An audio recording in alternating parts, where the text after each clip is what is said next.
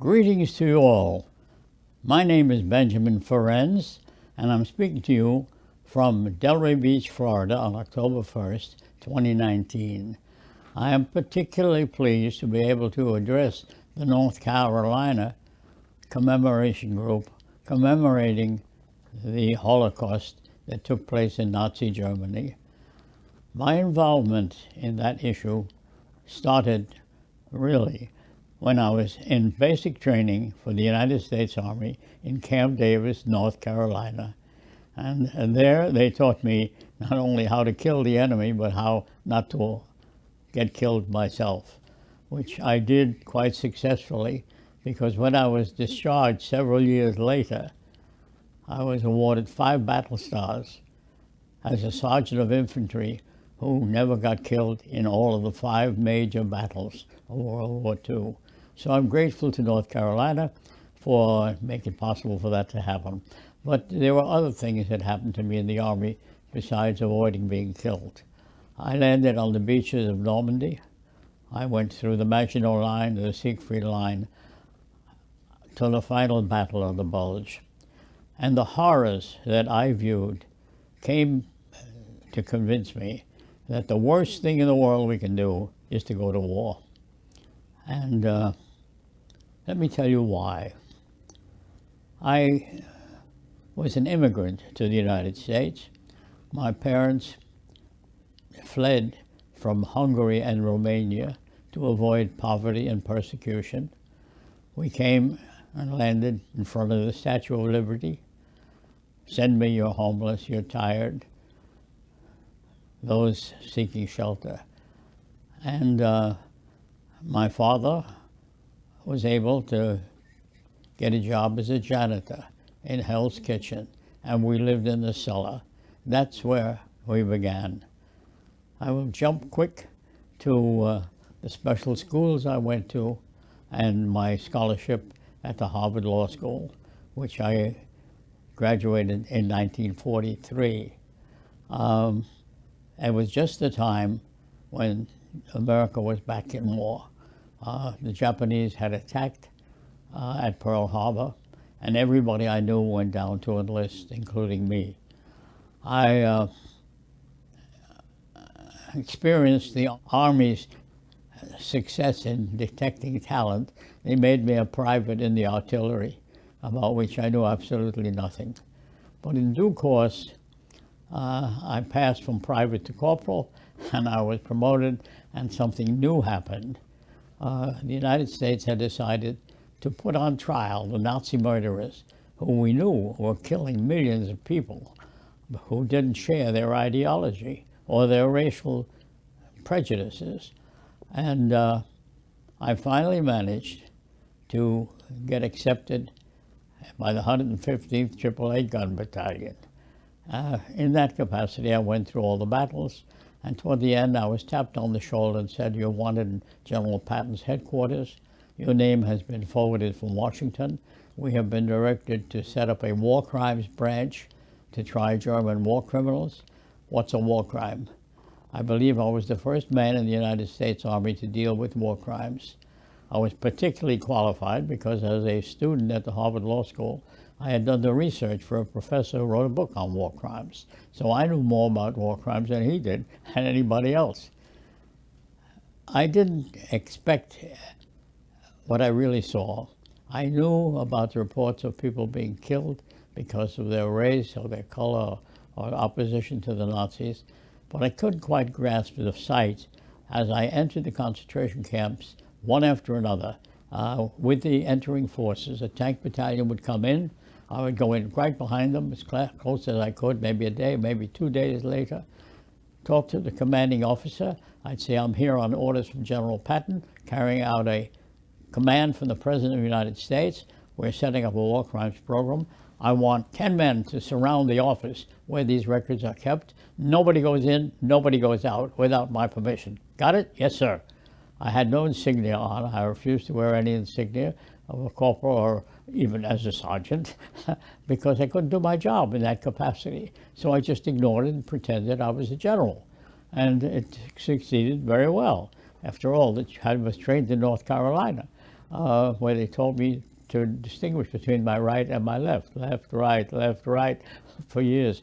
However, as a result of that experience, seeing the horrors in the camp, which are indescribable, dead bodies lying all around, crematoria going, dead bodies looking like skeletons, stacked like cordwood in front of the crematoria, waiting to be burned.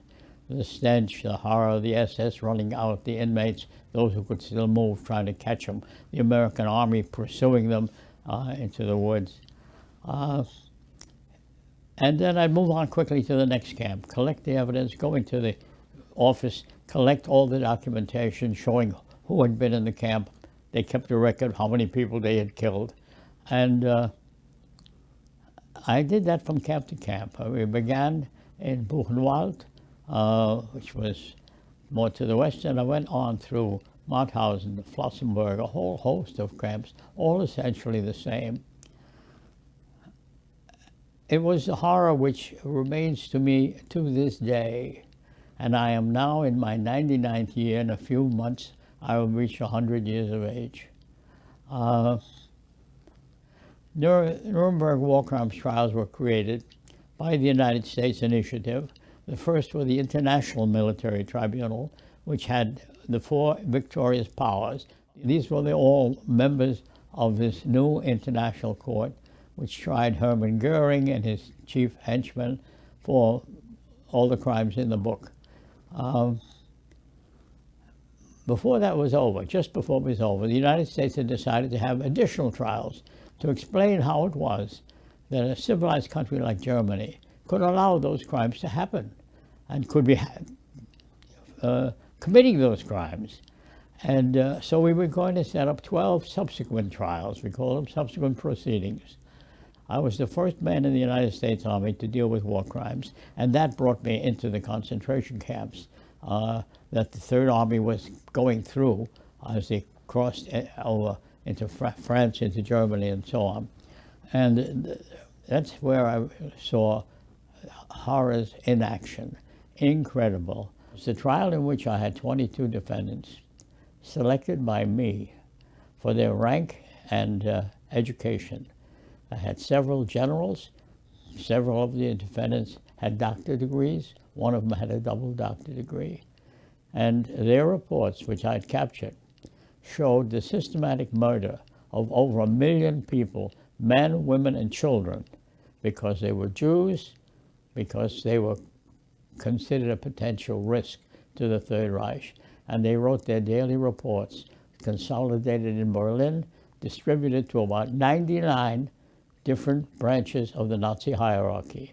I had the distribution list, I had the daily reports, and I took that and I flew with that down to Nuremberg, because these had been collected in Berlin.